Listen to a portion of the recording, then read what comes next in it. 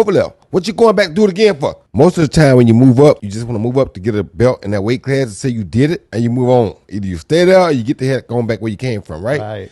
You already did that. You did that when you beat Kovalev. What you going back to do it again for? You want to be 2-time light heavyweight? What does that prove? So why would you even waste time messing with Bivol, who was a problem already? Why would you do that? So if you did that, that means that you thought that he would be easier than David Benavidez? Or you thought he might have been easier than Jermell Charlo? Or you the money man, you could have went and gave us something to see with fighting Demetri Andre. Why are you going to challenge another light heavyweight when you already accomplished that one time? You caught the right one, you did it. Get out and leave that alone. Don't keep going back and forth. You're going to confuse yourself. Roy, you insinuating that this was a cherry pick gone wrong? It was. It had to be.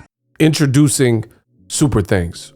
Right here on the official Boxing Ego YouTube. Super Thanks allows you, the viewers, to show a little bit of extra gratitude, which enables me as a full-time content creator to push out the content you need in the world of boxing. Underneath all the videos, you will see a heart with the $sign in it. You can enter any amount that you find suitable as a super thanks. A brand new interactive and colorful way to get your comments highlighted and noticed by not only myself, but other people on the YouTube platform. Super thanks, a unique and cool way to show and applaud us full-time content creators. Hopefully you guys enjoy the content. Super thanks.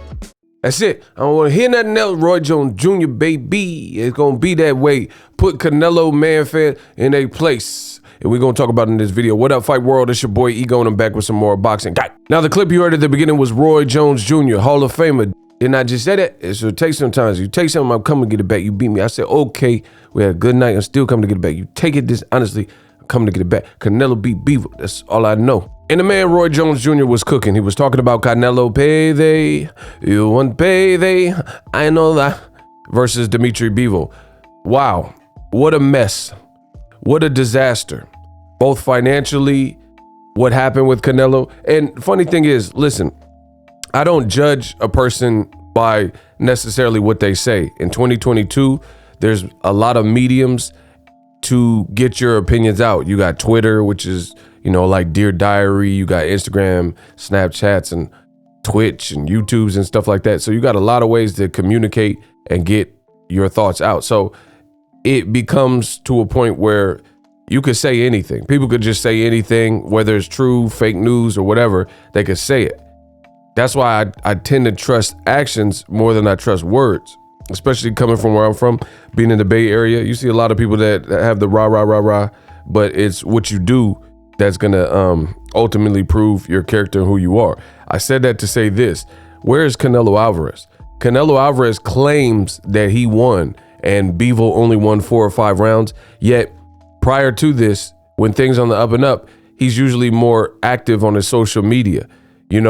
If you had this big, massive upset as the world is viewing it, why don't you do an exclusive interview with Graham Benzinger or whoever else, right? Where's Canelo's presence since losing to Bivol, claiming that he won the fight? So if you really believe that, where are you at? Where are you at? Usually if you lose a fight bad, maybe you just go away. But usually, like let's say the Golden State Warriors win, they'll have a parade the next week in Oakland. You know what I mean? So it's not a situation where you would usually just disappear. Now, as far as Roy Jones Jr., I tried to tell y'all didn't want to listen to me, baby. Roy is the man, and he told you exactly what it was and what it is. If you don't remember, if it's foggy, you could rewind this video and rewatch what he said. He was cooking. Everything he said was facts. Now, before I get too much into what he said, y'all must have forgot. Didn't I just say that? What Roy Jones Jr. is saying sounds identical to what Boxing Ego has told you. That's why I tell you on the channel, if you're an up-and-coming YouTuber, or it doesn't have to be just in the world of boxing, or a public speaker, don't just err with caution and say what is popular at the moment, because what's popular at the moment might not be popular in the future.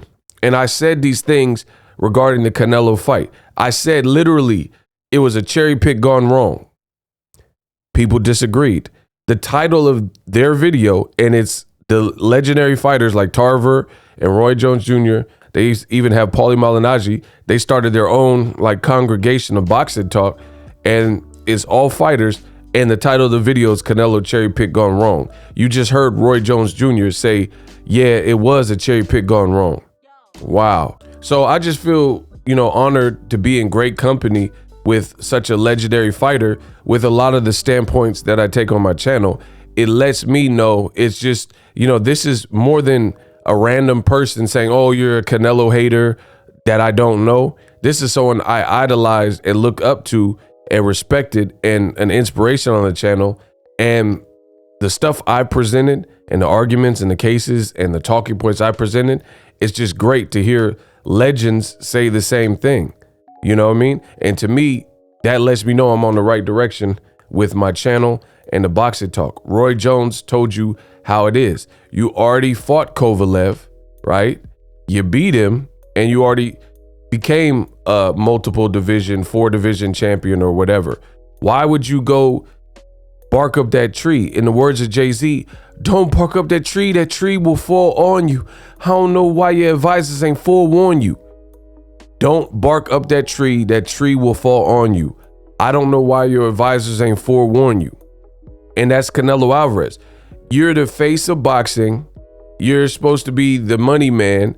DAZN has all this invested in you, and you had a more lucrative deal with Showtime PBC with perhaps different fights. Some people would even say more winnable fights, right? I don't agree. I think there's a reason why he hasn't chose that style. So I literally made a video about this exact topic, and then a week later to see a legend like Roy Jones corroborate everything I said, oh, it feels great. Front page of Google, you see it. Canelo cherry picking Dimitri Bivol explained. So I have a whole full-length video that I did a week ago prior to Roy Jones and this podcast talking about the Canelo cherry pick gone wrong. And if you listen to this and you go back and listen to what Roy said, it's identical. You thought that it was sweet with Dimitri Bivol. You thought that based on recent performances, and I'm talking about Canelo, the recent performances, Bivol had not looked good, like the Craig Richards fight. Even the Jean Pascal fight, myself included, I thought Bivol was going to knock out Jean Pascal, right? Because at that point, Pascal, this was before the Badu Jack fight and stuff like that and the Marcus Brown fight. So I'm like, Pascal, Kovalev already trashed him twice and knocked him out. He's not the same, So I'm thinking Pascal was not going to make it 12 rounds with Bivol. And then somehow, some way, he did make it 12 rounds. So I've already talked about these things. And now the Canelo Chupapi Muñeños, the Canelo man fans, are certainly running out of ammunition. You can no longer just say, oh, you're hating and, oh, Canelo, he's still pound for pound #1. And you're just saying these things because you're a hater and you're jealous of Canelo or you're jealous of Canelo's money. We're just talking boxing. What is Canelo's looks or money or anything else that the Canelo man fans say? What does that got to do with how he performed and what he thought? Moving on. Throughout this video, you will see actual tweets and clippings from things that I've said regarding the Canelo Bivol fight. So this is definitely disastrous and it's definitely a nightmare for Canelo Alvarez. You got guys like Oscar De La Hoya, famed fighter, gold medalist, didn't duck nobody. He's saying, if Canelo was still under my umbrella, I would have never let him fight Dimitri Bivol. So Eddie Hearn is a fool because what was the point? Dimitri Bivol don't even have a personality and, he doesn't have a profile. So there was really nothing for Canelo to gain. But yet and still, Canelo's team, his current promoter, Eddie Hearn, and DAZN, brainiacs thought this was good. Now you have Roy Jones pretty much saying, hey, you already fought Kovalev and beat him. And you already did that. So would you want to be a 2-division light heavyweight champion? So it was always a stupid move with less to gain. Oscar De La Hoya also said that he wanted to see Canelo Alvarez fight Jermall Charlo, which is exactly what I said. You have the great Juan Manuel Marquez out of Mexico. He says, why does Canelo not fight Benavidez?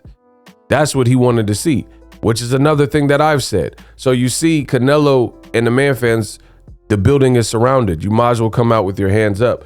How is it that everybody and their mama is saying Canelo should have fought against Benavidez, the likes of Andre? Roy Jones just said that. Go listen to it again.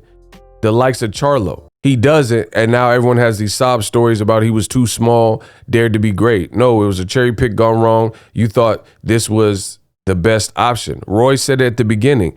He said, why would you do that? So if you did that, that means that you thought that he would be easier than David Benavidez? Or you thought he might have been easier than Jermell Charlo? Or you the money man, you could have went and gave us something to see with fighting Demetri Andre. body bag him up, man. So Roy Jones just said why would you do that? Why would you fight Bivol? Especially, I've made the same point. There's more money on the table from Showtime. These are bigger events, bigger fights, and your fan base, they have this confidence that Benavidez stands no chance. Charlo stands no chance. Roy Jones is presenting the case of why would you fight Bivol, no profile and stuff, unless you thought it was sweet, unless you thought it was easy. Why didn't you fight Andre? And funny enough, you have a great Olympian and a great fighter in Roy Jones, Hall of Famer, and he said the name Boo Boo Andrade that I've said for several years, but leave it to Canelo and his fans. Canelo said, hey, get the F out of here. You're a horrible fighter. How come Roy Jones is suggesting this? He ain't saying Andre's a horrible fighter. Man, I'm going to chop y'all up. This is only part one. Subscribe to the channel. I'm the best in the business. And I'm out. The future is now. The Hibernation 5s by Kenichi Bear. Hybrid gaming and lifestyle headphones. Out of the box, you can connect to any console or PC. Bluetooth ready with a low latency USB adapter, color RGB, and extreme bass mode. The Hibernation 5s adjust to you. Whether you need a gaming, travel, gym, or lifestyle headphones, the Hibernations got you covered. The new Hibernation 5s, link in the description. Customize the way you hear the world. Welcome to the nation.